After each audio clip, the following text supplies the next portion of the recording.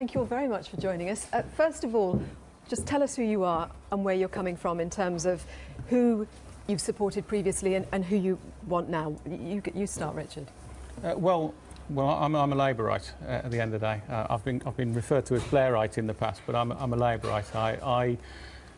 My sort of Labour ethos began with probably Kinnock. I know that there was photographs of me as a child on marches with Kinnock when I was in a pushchair and sort of doing school elections in the 80s following Kinnock.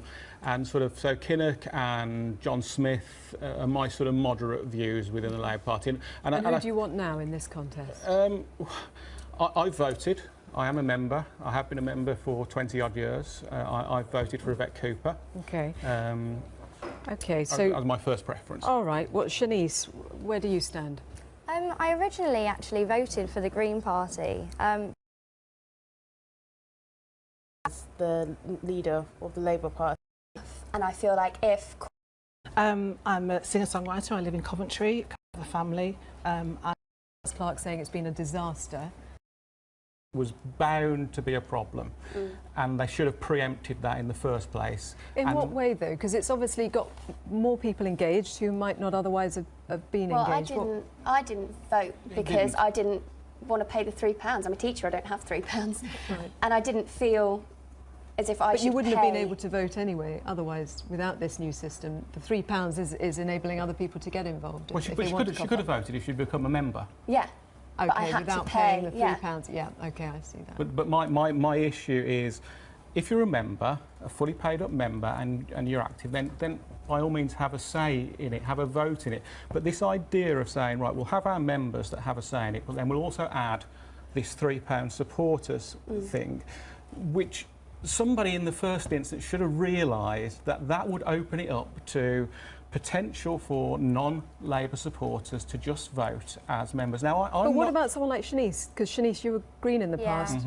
Do you think Shanice shouldn't have been allowed to vote? I do, actually. I'm afraid I do believe that she shouldn't. Just not Tories, is that the issue?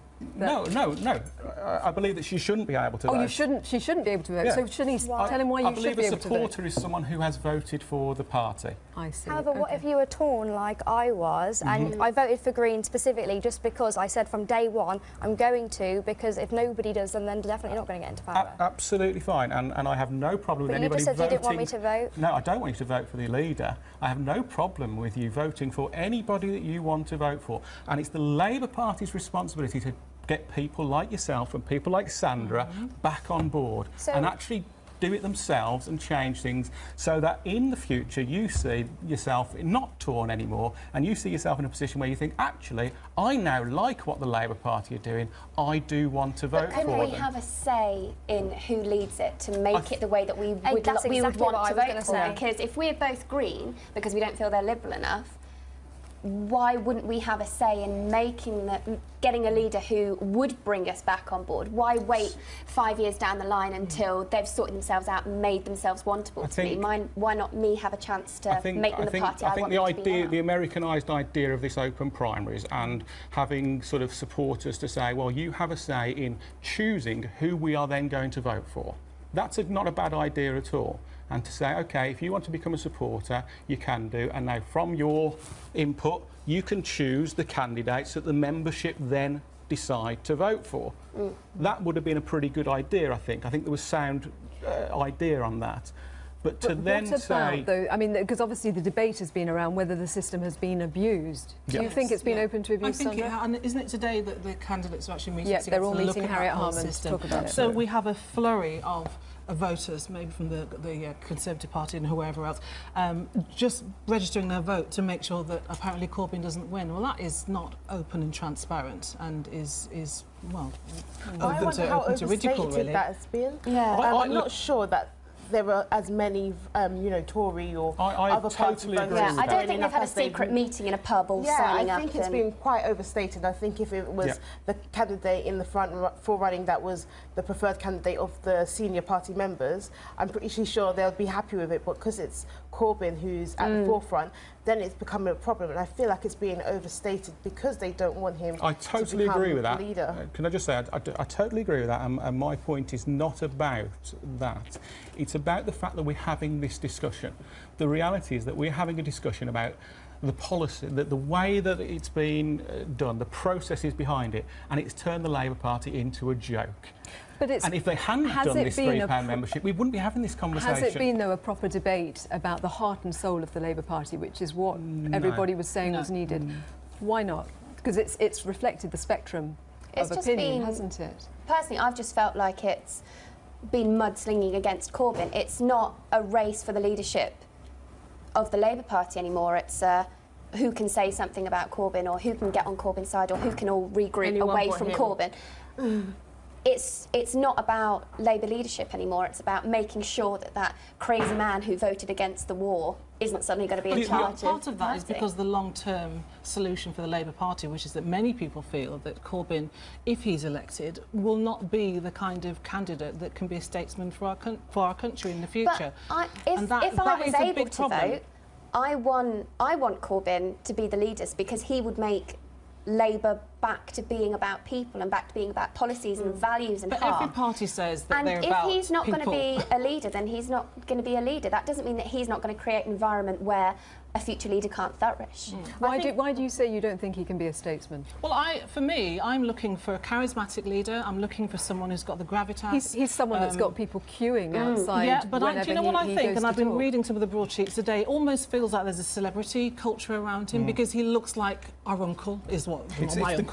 But the great irony is he's made it. He's come out saying we don't want personality politics, and he's made it about him. He's made it personalities, and the whole debate is about personalities, personalities, personalities. It's about Corbyn, the person, not about any of the policies. No one is debating the policies that are there. No one's debating the fact that people agree with. Well, they're not. I mean, you said a great... But isn't him being in the contest and the debate that's being had around it giving voters a clear choice? Because he does stand apart from the other candidates. I don't think it is, because the other three candidates have been frankly hopeless in the whole debate. They have been like rabbits in headlights. They've not had a clue what to say or how to say it.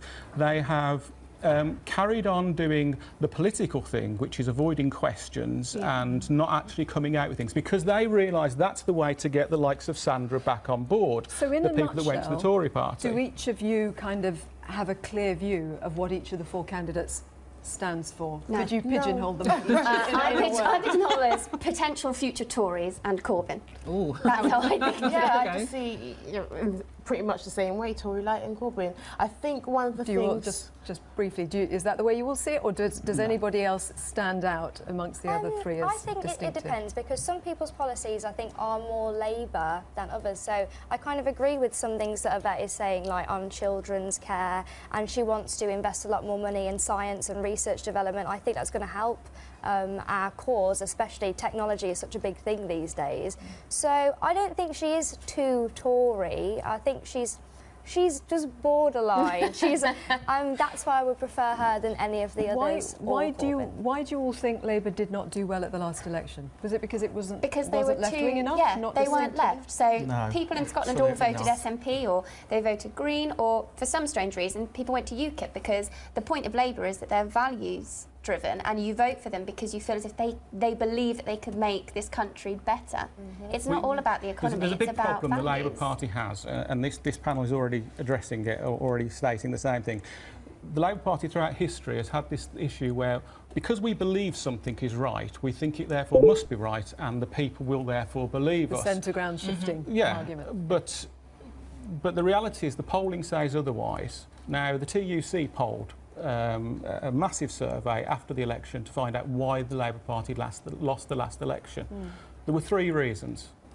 It wasn't trusted on the economy, it wasn't trusted to be tough enough on welfare, and it wasn't trusted on immigration. Those were the three reasons. This is the TUC. This is not some right-wing polling agency coming out with this. This is the TUC have come out with. These are the three reasons. So to suddenly think that the way to get the likes of Sandra, who have voted Labour all their life and then gone to the Tories because they believe that the Tories will be better for their family, the way to get them to vote Labour is not to go to the left and say to people, right, we're going to nationalise, we're going to re-nationalise everything, and you're going to pay an extra £2,000 a year in taxes. That's not going to get Sandra to vote for you. You've forgotten one thing, though, which is that obviously a lot of people did not want to follow Ed Miliband. You've got a character there. Absolutely. I'm sorry, you can have as many policies as you want, but if I can't be engaged with you and follow you as a visionary, it ain't going to happen. How do you all see the Labour Party going forward after this? Do you think it's strengthened? Do you think it's indicated that it's listening to the people with a system like this, which has engaged people like you?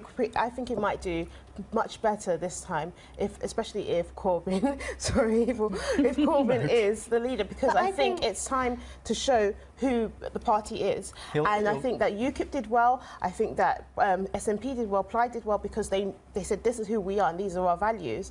And I think it's time to give people a choice between the different parties. But isn't it really interesting that we're sitting here as literally this side of the table, three young people wanting Corbyn and wanting Liberal and wanting exciting and wanting something fresh and new, and two people who are more experienced, mature, wise, some might say, wanting to think about the economy. And I just feel like, as a young person, I didn't even have £3 to pay, so obviously I'm struggling in the economy, but I still would like a future where my children are going to be happy.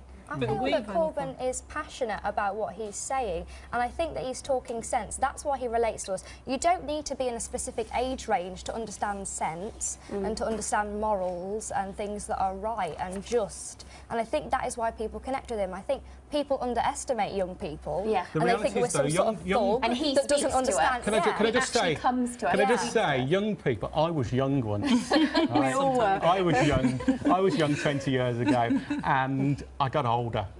That's the reality of young people. Does politics, young people now will be older in 5 years' time. Right. Quick final thought from all of you. Okay, you're saying exactly what everybody was saying in the run-up to the last election. Politicians don't listen. Politics is boring. Has anything changed? Do you feel that they're listening now? Corbyn is changing it for me. Absolutely not.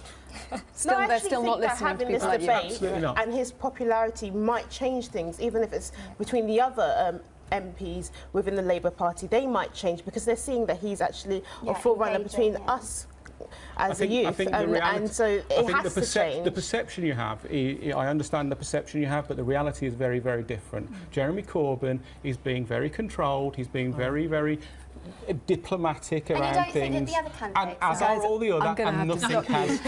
Absolutely nothing has changed. You can carry on chatting outside the studio. It's been great to have you all here sharing your views. Not much longer to wait till we find out who the winner of the contest is. Thank you, and thank you very much for joining us today. Coming up in the next few minutes, a private detective